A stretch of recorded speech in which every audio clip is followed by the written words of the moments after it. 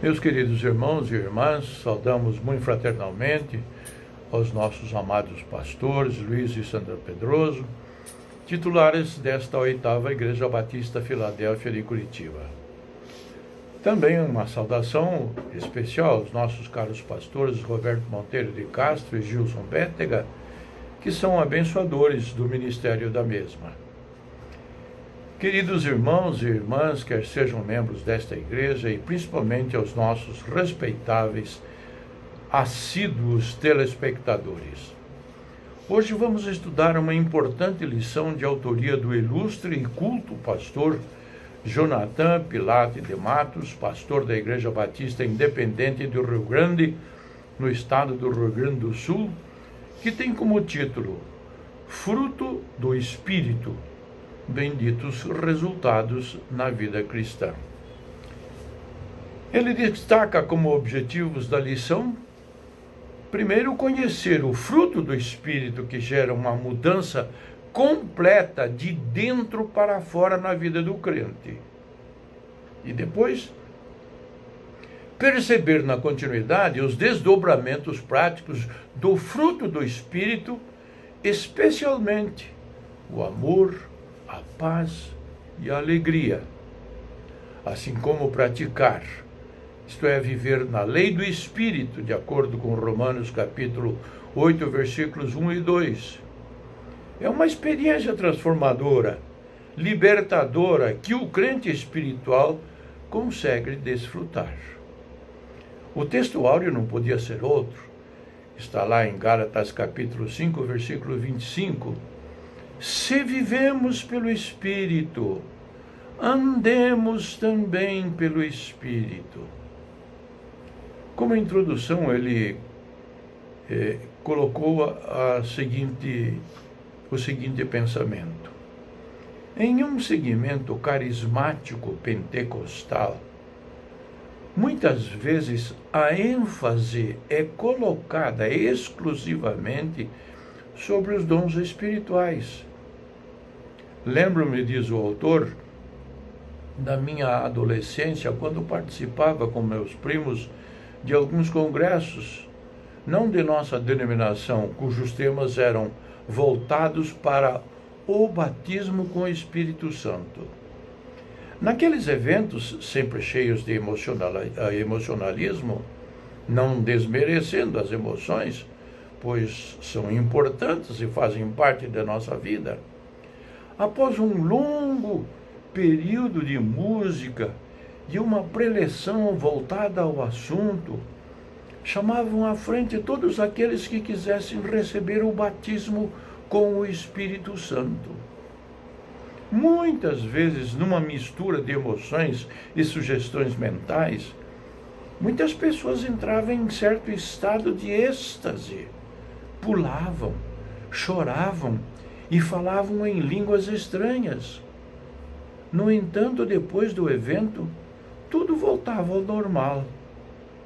E as pessoas, não generalizando, continuavam em suas velhas práticas carnais, o que demonstrava a ausência da ação primordial do Espírito em suas vidas, operando o novo nascimento. Este é justamente o ponto ao qual precisamos dar atenção. O novo nascimento traz mudanças radicais.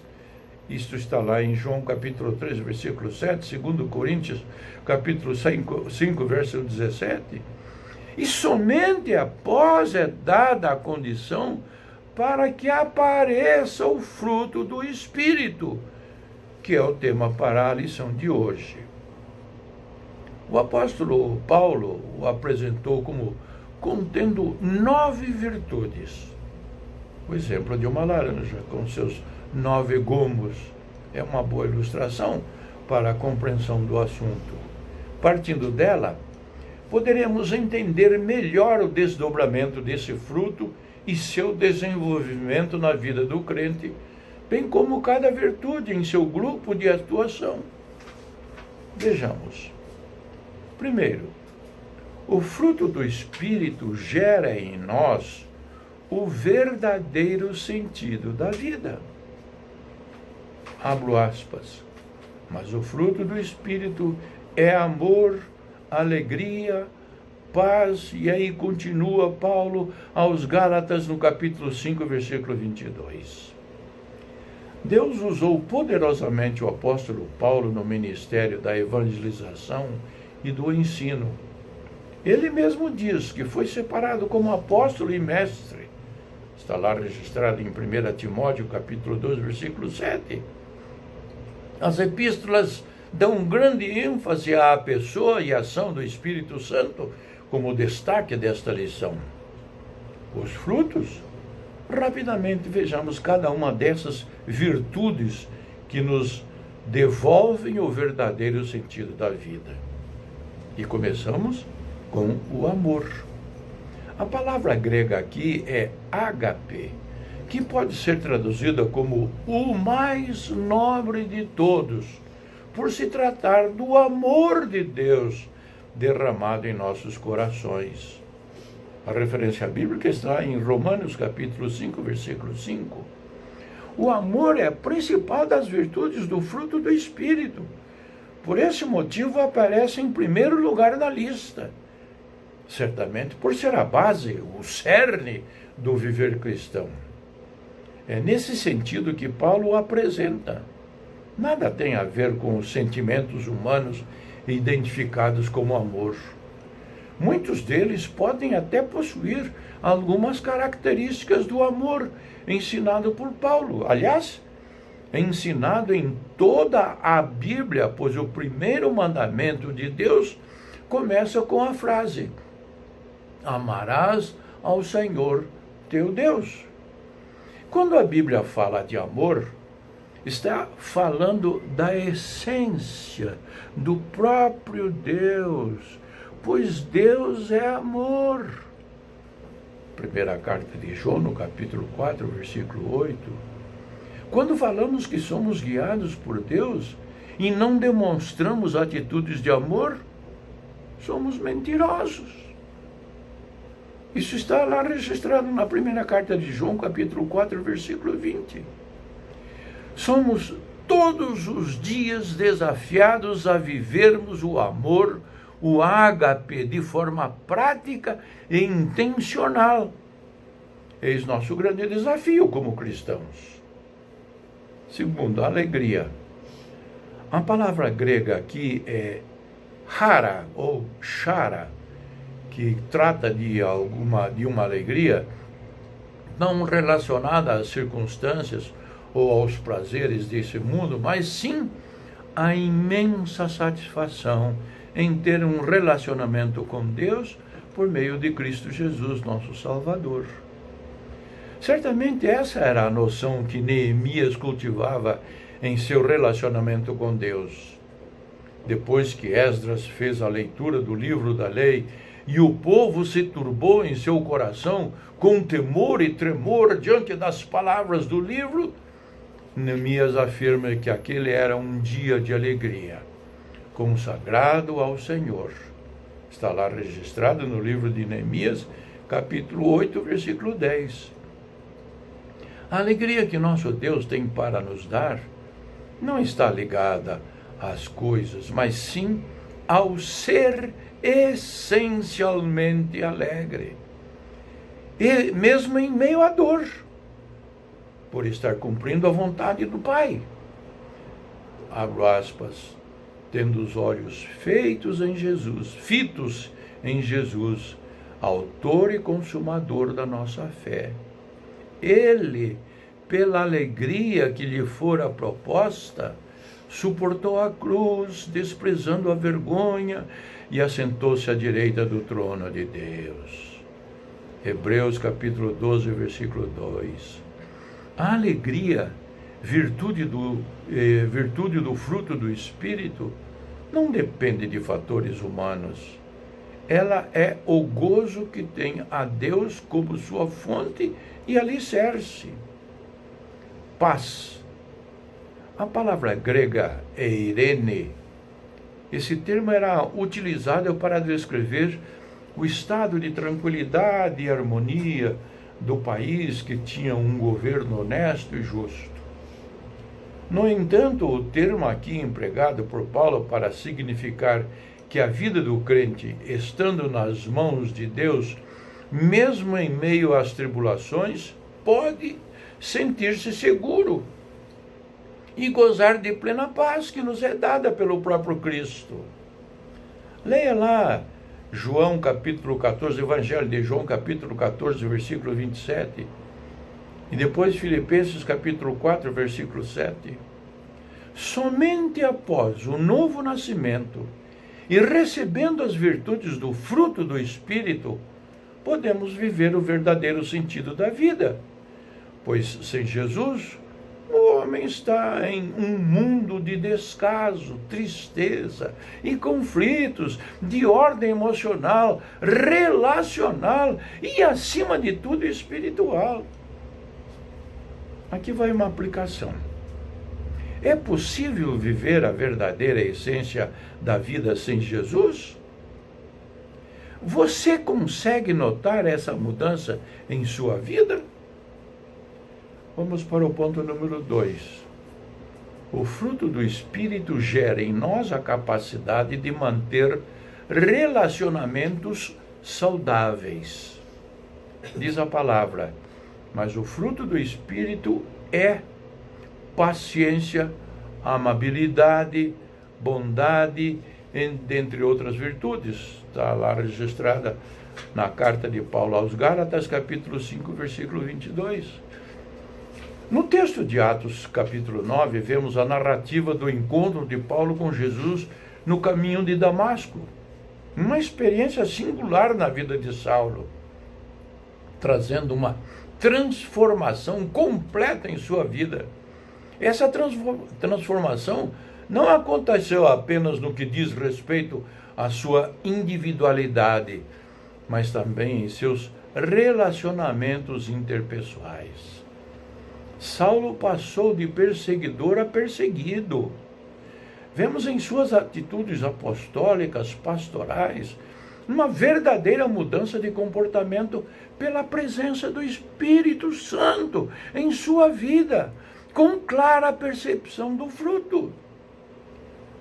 No texto proposto para nossa análise, isso fica claro por meio de 3 virtudes que têm seu reflexo na vida do nosso próximo, a saber, paciência, amabilidade, bondade. Todas ligadas a nossos relacionamentos. Vejamos separadamente cada uma delas. Paciência, no grego essa expressão é macrotumia, que na tradução João Ferreira se traduz como longanimidade, que é sinônimo de paciência. Na verdade, a palavra grega nos dá o sentido de alguém que não desanima diante das oposições, calúnias e perseguições. É uma pessoa que não se ira com facilidade. É o retrato daquela pessoa que teria a possibilidade de retribuir o mal que o outro lhe fez, mas não retribuiu. Amabilidade. A palavra do grego é krestotes, também traduzido por benignidade, isto é, a gentileza advinda de um amor bondoso para com o próximo. A expressão grega também pode indicar a excelência de caráter. A fonte de toda amabilidade é Deus. Essa virtude tem sua ação voltada para o outro. É o amor prático. São atos de gentileza, de brandura.